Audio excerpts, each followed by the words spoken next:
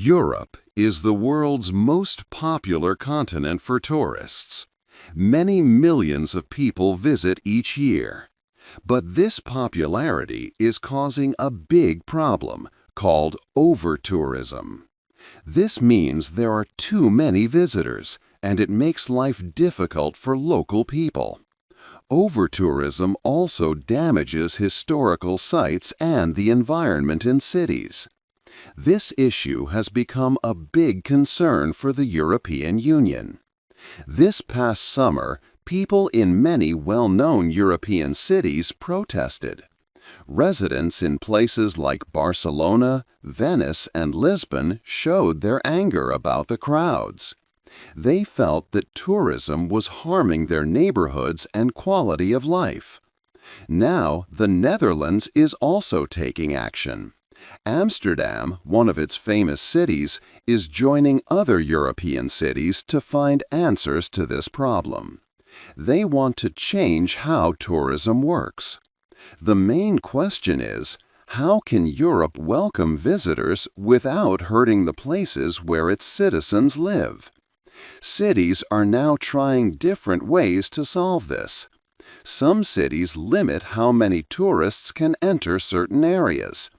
Others have started charging fees or have stopped homes from being rented to tourists for short periods. The European Union is also working on its first big plan for tourism, which will focus on keeping things good for everyone and the planet. This story is about Europe trying to find a balance. How to keep tourism strong but also protect its cities and people. Too many people. The problem of too many visitors in Europe is very serious. Numbers clearly show this. In cities like Dubrovnik in Croatia, there are about 41,000 people who live there. But during the busiest times, about 27 tourists come for every person who lives in the city. This means many more visitors than locals. Venice, a famous city in Italy, has a similar problem. The island of Rhodes also sees around 26 tourists for every one resident. These are not just small towns, they are important places loved by many. These numbers are not just statistics. They show that historic city centers are very crowded. Imagine walking through old streets, trying to do your shopping or go to work, and there are thousands of people around you, often moving slowly. This is the daily experience in many famous places. Geneva, a city in Switzerland, is small. It has an urban area of just about 16 square kilometers. But it gets more than 500 visitors for each square kilometer every year. About 8 million tourists visit Geneva each year. Rome, Italy's capital, welcomes an even bigger number, 35 million visitors every year. Barcelona in Spain sees over 26 million visitors yearly, making it difficult for residents to navigate their own city. Amsterdam, the capital of the Netherlands, is another example of this problem. The city set a limit of 20 million overnight stays for tourists each year. But for the last 3 years, Amsterdam has had more visitors than this limit. For the year 2025, experts believe almost 24 million overnight stays will happen. This is much more than the city's own target and shows the city is struggling to control visitor numbers. Europe as a whole welcomed about 340 million international tourists in only the first half of 2025. This shows that the number of visitors is still growing, even more than before the pandemic. This huge number of visitors creates a big pressure on these beautiful cities and their resources. It also makes daily life much harder for the people who call these cities home. Everything becomes more expensive, including housing and basic services. The cities feel too full, and the peaceful daily rhythm of local life is often lost. This is a significant challenge for everyone, making it hard to find a balance between welcoming guests and protecting homes. 3. No place to live. A very big problem for many European cities is housing.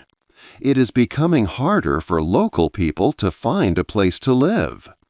Many homes are now used for tourists instead of for permanent residents. Websites like Airbnb make it very easy for homeowners to rent their places for short periods. This brings in a lot of money for owners, often more than long-term rentals. This simple way to earn more money has changed how homes are used in popular cities. When fewer homes are available for local people to rent for a long time, the rent prices go up a lot. People who have lived in these cities their whole lives suddenly cannot afford their homes anymore. They are priced out of their own neighborhoods. This means many local families and individuals are forced to move out of the areas where they grew up. They leave behind their friends, schools, and local shops. This movement causes big social problems. Old communities lose their longtime residents and their unique cultural feel. In some places, the changes are very clear. For example, in Amsterdam, neighborhoods like De Pijp and Jordaan were once known for their strong local identity. They had many small family-run shops and local businesses. Now, these areas have many more places that serve only tourists.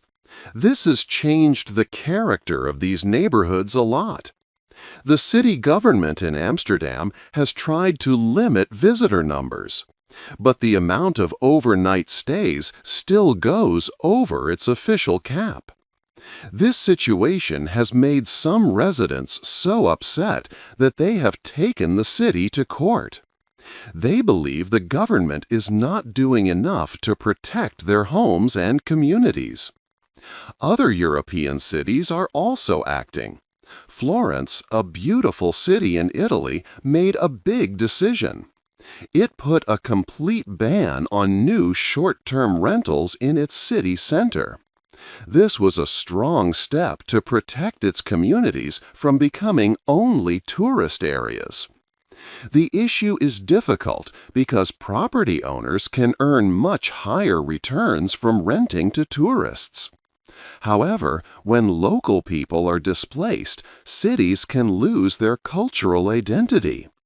This is a sad irony because tourists often come to these places looking for authentic experiences and local culture.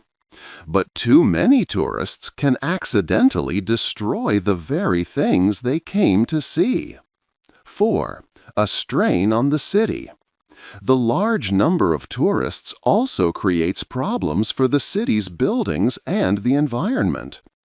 These are called city infrastructure and the natural surroundings.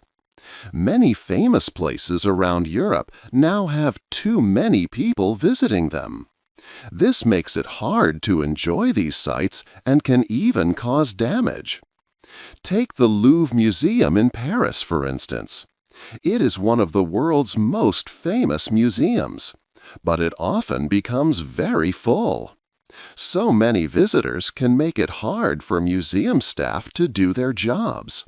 Sometimes the museum has to close its doors for a short period because of overcrowding. This shows how serious the situation is for these popular places. Historic sites are also under great stress. The Colosseum in Rome is a very old and important building.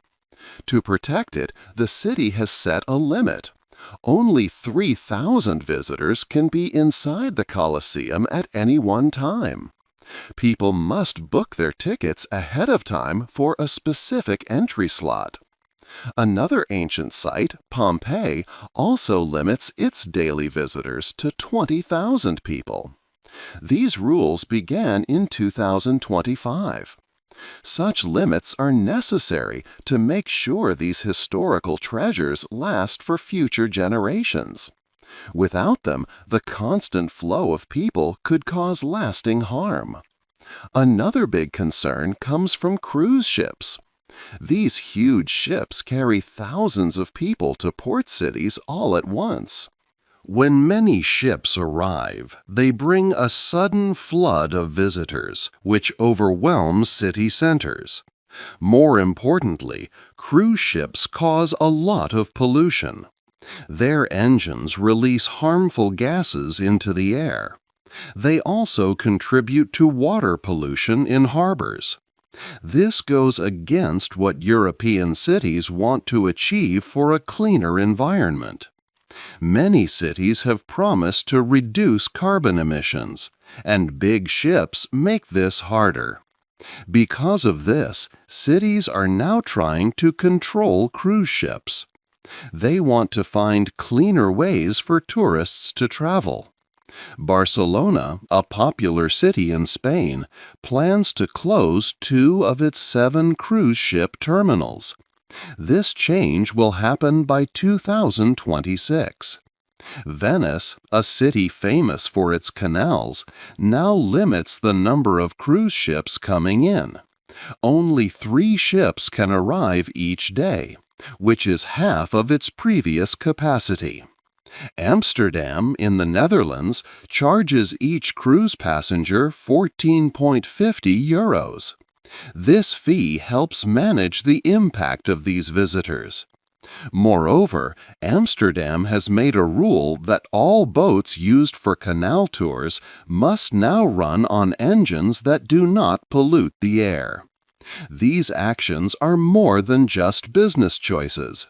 They show that cities are making important decisions about their future. They are saying that keeping the environment healthy and protecting their rich history is more important than simply having as many tourists as possible. They aim to find a balance, ensuring that both residents and visitors can enjoy the cities without causing irreversible harm. This ongoing effort highlights the big challenge European cities face today. 5. People are angry. People in many European cities are now angry. They feel that too many tourists are making their lives difficult. In the summer of 2025, many residents protested. These protests happened in cities like Barcelona, Venice, and Lisbon. Locals said they were not against tourism itself. They were against the large, uncontrolled number of visitors that was changing their neighborhoods. These protests focused on specific issues. People did not like short-term rentals that were not controlled, like those offered on platforms like Airbnb. They also protested against big cruise ships that brought thousands of people at once. And they were angry about too many visitors in small historic areas of their cities. In Barcelona, the protests were strong. The city government responded.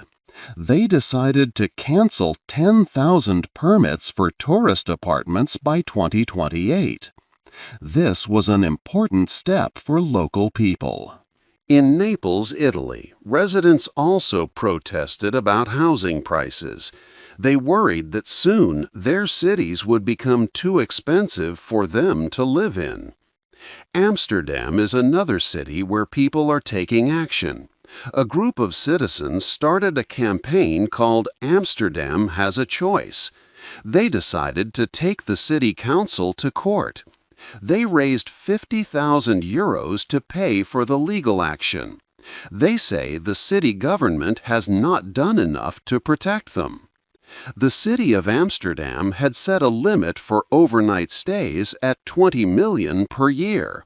But for 3 years in a row, the number of visitors went above this limit.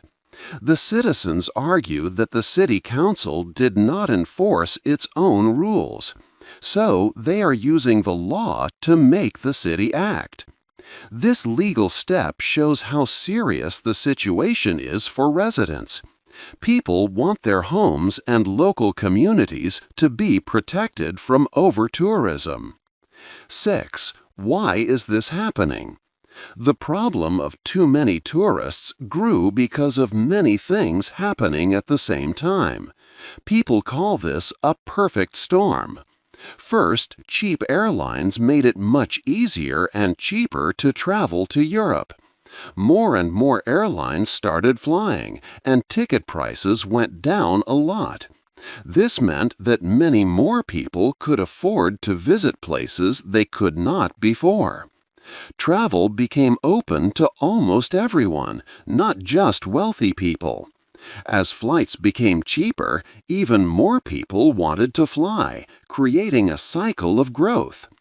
At the same time, new websites for renting places to stay also grew. Websites like Airbnb made it simple for people to rent out their homes or rooms to tourists for short times. Before, building new hotels needed a lot of money, planning, and time. But now, individual homeowners could use their houses for tourists without many rules. They could earn much more money from tourists than from renting to local people for a long time. For example, a home rented for €800 a month to a local family could make €100 to €150 a day from tourists. This meant many homes quickly became tourist rentals instead of homes for local residents. These two things, very cheap flights and very easy short-term rentals, created a system that always pushed for more and more visitors. The main goal became getting as many people as possible to travel and stay in cities. Now, cities are trying hard to fix the situation. They have made many new rules. Some cities ask tourists to pay a special tourist tax. Others put limits on how many visitors can come each day, or they stop new hotels from being built. Some cities have even banned new short-term rentals like Airbnb to protect their housing.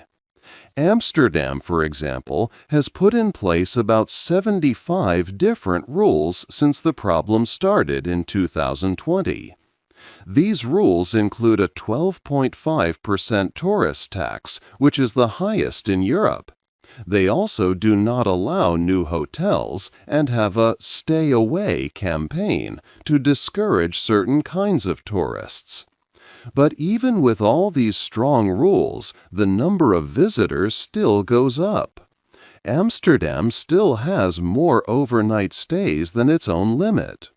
The deputy mayor, Sofian Mabarki, said in late 2024 that there is no single button we can press to solve everything.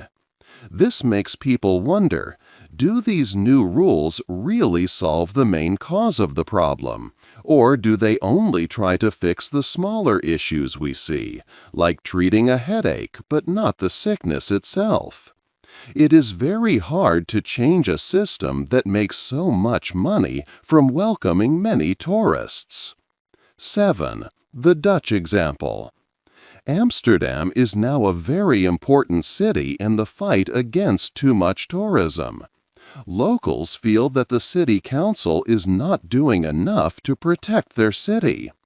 Because of this, a group of citizens called Amsterdam Has a Choice took a very big and new step. They started a lawsuit against the city council. They say that the city government has failed to follow its own rules about how many tourists can stay overnight. This legal action is very significant. It moves the discussion about over-tourism from protests into the court system, making the city legally accountable. The city's deputy mayor, Sofian Mabarki, understands the seriousness of the situation. He has publicly promised that the city government will announce a new, comprehensive plan. This plan is expected to include even stronger measures to control the high number of visitors. The city has set a firm deadline. This new plan must be presented by December 1. This deadline creates urgency and shows that the city is under pressure to find effective solutions. Many people, both inside Amsterdam and across Europe, are waiting eagerly to see what actions will be taken. It is important to remember that Amsterdam has already tried many things to solve this problem. Since 2020, the city has put in place about 75 different measures. For instance, it introduced one of the highest tourist taxes in Europe. It also banned the construction of new hotels and limited how many extra hotel beds could be added during renovations. The city also restricted river cruises and launched a special Stay Away campaign to discourage certain types of tourists. Yet even with all these efforts, the number of overnight stays still went over the city's official limit of 20 million for 3 years in a row. This clearly shows that the previous solutions were not strong enough to fix the root causes of the problem. What happens in Amsterdam now is like a small, clear picture of a bigger challenge for all of Europe. Many other famous cities, from Venice to Barcelona, face similar issues with too many tourists. They are all watching Amsterdam very closely. They want to see if this Dutch city can find a real and lasting solution that truly works. If Amsterdam succeeds in balancing welcoming visitors with protecting its residents, it could offer valuable lessons and hope to other places struggling with overtourism. This makes Amsterdam a critical test case for the future of European tourism. 8. What is the future? Europe is now at an important point. It is like a place where two roads meet and a big choice must be made. Problems with many tourists make everyone ask hard questions. We need to think about who cities are really for. Are they for people who live there or mostly for visitors? This is a big question that affects everyone. Can cities grow their money from tourism and still keep a good life for their people? Or do they have to choose one over the other? Some people say cities become like playgrounds for tourists, not homes. This means houses turn into short-term rentals and local shops are replaced by souvenir stores. Local people cannot afford to live in their neighborhoods. They lose their homes and community spirit. The question, whose city is it anyway, is at the heart of the problem. For a long time, cities were places where people lived, worked, and built their lives. They had their own culture. But with too many tourists, cities change. They become more like a stage for visitors. This can make cities lose their real character. The things tourists want to see, like local culture and authentic places, can disappear because of tourism. It is a strange situation. Another big question is about money. Tourism brings jobs and money to cities. But who really gets this money? Often, jobs are low-paying, and money goes to big companies, not always to local residents. At the same time, local people pay a high price. House prices go up, public transport becomes crowded, and the environment gets more pollution. Is it fair that some people get rich from tourism while others suffer? Many believe we need to find a balance where everyone benefits. The idea of sustainable tourism is important for the future. This means tourism that does not harm the environment or local life. But can millions of tourists still come to Europe in a sustainable way? Some people think sustainable tourism with many visitors is not possible. They believe fewer visitors might be the only real way to protect cities. Tough decisions might be needed. Cities might need to say no to some tourists or limit how many can visit. This whole situation is more than just about travel. It is about what kind of future European cities will have. It is a big test for communities. Can they protect their homes, history, and culture from being loved too much? Can they find a way to welcome visitors while putting their own people first? The answers will shape Europe for many years. It will show if cities can stand strong against too much pressure. Have you ever visited a place that felt too crowded with tourists? And what do you think cities should do about it? Hey there! Just a second before you go. If you learned something new today, please give this video a like, write your thoughts in the comments, and subscribe to the channel. It only takes a second, and it really, really helps to create even better English videos for you. Your support means the world. Thank you.